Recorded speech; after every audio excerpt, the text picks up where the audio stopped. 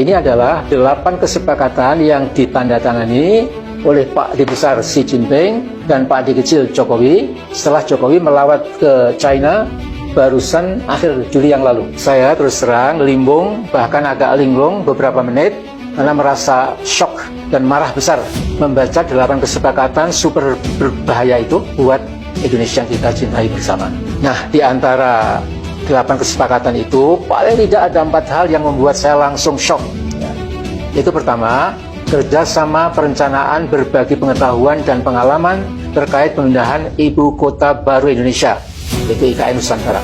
Nah, sekarang sudah bulan Agustus 2023, Istana sudah pekuan berkali-kali, maaf agak kasar, pekuan akan melaksanakan peringatan Hari Kemerdekaan RI yang ke-79 di IKN Nusantara.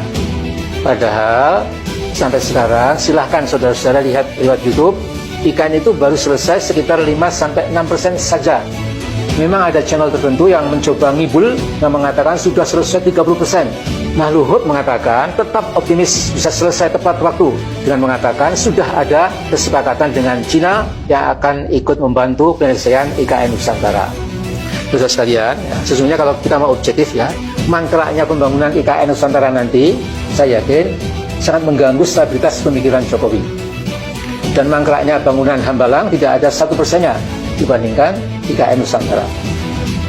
Nah, bila akhirnya Cina lah yang menyelesaikan proyek super ambisius dan super rasional IKN Nusantara sehingga tidak jadi mangkrak, maka ketergantungan Indonesia ke Cina komunis menjadi sangat mutlak.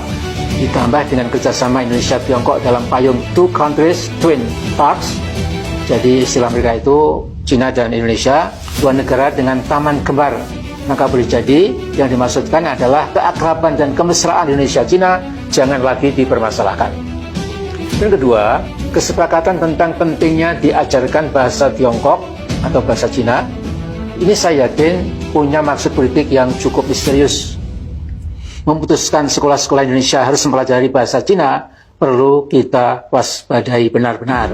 Jadi, andai kata nanti politik, ekonomi, bahkan hankam kita sudah dikuasai Cina, berkat politik Jokowi semuanya itu ya, dimudahkan oleh Pak Jokowi, maka seperti Rusia yang melakukan rusifikasi etnik-etnik yang berada dalam Uni Soviet, maka Cinaisasi atau Chinization lewat pemaksaan bahasa Cina itu akan diterapkan buat bangsa Indonesia. Ini kekhawatiran yang real, bukan mengada-ada. Kemudian yang ketiga, dalam kerjasama di bidang kesehatan ada rencana berbahaya, yaitu akan dilakukan pembangunan 30 rumah sakit Cina di kota-kota besar Indonesia. Saudara, tentu rumah sakit yang akan dibangun mirip kebanyakan rumah sakit di RRC, itu rumah sakit raksasa yang masing-masing dapat dibangun sempurna hanya dalam waktu 2 atau 3 minggu. Memang luar biasa ya, kemampuan teknologi Cina dibandingkan negara-negara manapun. Nah, bisa kita bayangkan bila di pusat-pusat pertambangan ribuan orang Cina atau Tionghoa sudah berkeliaran bebas seperti warga negara kelas 1, nanti di kota-kota besar kita juga akan lihat pemandangan yang sama. Mereka tidak bisa berbahasa Indonesia, tetapi lagaknya petentang-petenteng merasa dimuliakan oleh pemerintahan Jokowi, seolah-olah lagi-lagi warga negara nomor 1. Nah, saudara-saudaraku, ada yang keempat, yaitu kesepahaman tentang pusat penelitian dan pengembangan bersama antara Indonesia dan Cina. Nah, karena universitas adalah lembaga terdepan dalam urusan litbang atau research and development, maka di masa depan kampus-kampus kita akan menjadi tuan rumah para peneliti Cina yang malang melintang di kehidupan kampus. Sumber daya alam kita yang berupa minyak, mineral, batu bara, nikel, bauksit, emas, bahkan uranium menjadi telanjang bulat di mata Cina. Sehingga negeri atau negara Cina, negara komunis raksasa ini bisa membuat peta yang akurat tentang kekayaan bangsa Indonesia. Nah, pada tahun 2006, TV Liputan 6 itu pernah menyoroti tentang perusahaan Perancis yang telah mengeruk uranium di Kabupaten Melawi. Menurut sebuah penelitian, di wilayah tertentu Melawi, Kabupaten Melawi, terdapat kandungan uranium yang bisa ditransfer untuk kebutuhan listrik, bisa menghasilkan sebesar 9.000 megawatt untuk jangka waktu 125 tahun ke depan. Nah, Cina yang sedang mengejar kemampuan nuklir Amerika tentu membutuhkan suplai uranium sebanyak-banyaknya, dan tentu akan bergembira ria bila diminta Indonesia, diminta Jokowi berduet dengan Indonesia melakukan kegiatan penelitian bersama. Nah, karena Indonesia selalu berposisi mengalah, maka bila uranium kita diboyong ke Cina, kira-kira ya boleh saja. Indonesia pada era Jokowi mendudukkan diri sebagai klien RRC.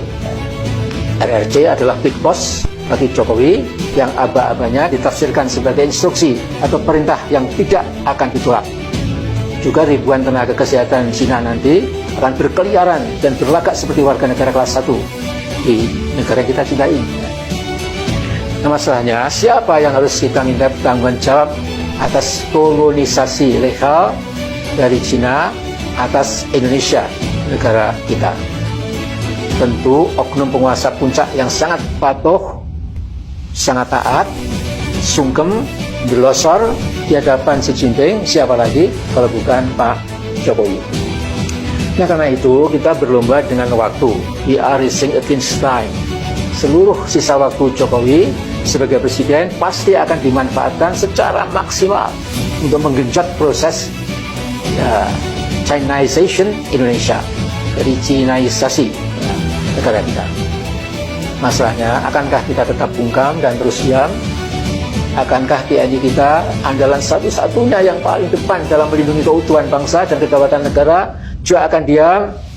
Tapi saya yakin tidak. Insya Allah dalam sejarah Indonesia pasca kemerdekaan tidak ada satu bukti pun di mana TNI tidak bersama rakyat. TNI hanya patuh dan taat pada pemerintah selama pemerintah yang sedang berkuasa memegang teguh Pancasila, Undang-Undang Dasar 1945, NKRI, Bhinneka Tunggal Ika, dan seluruh nilai-nilai yang terkandung di dalamnya. Begitu ada pemerintahan yang melenceng dan bergerak liar tanpa kendali dan berbahaya bagi keutuhan bangsa dan kedaulatan bangsa, maka TNI bersama rakyat pasti, insya Allah pasti akan melengsarkan pemerintahan atau rezim yang sudah mengingkari Pancasila dan Undang-Undang Dasar 1945.